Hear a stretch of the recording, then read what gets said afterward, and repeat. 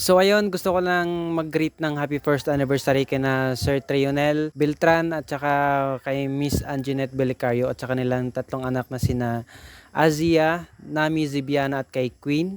Napakit ng mga pangalan.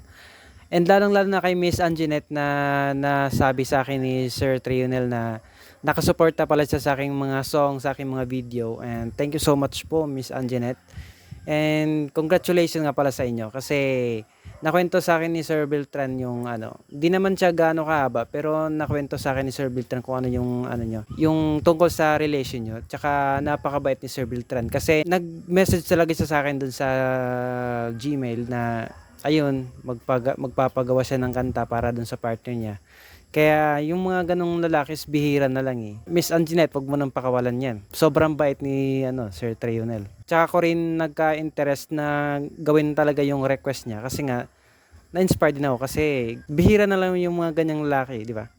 So, congratulations nga pala sa inyo and God bless. And thank you so much.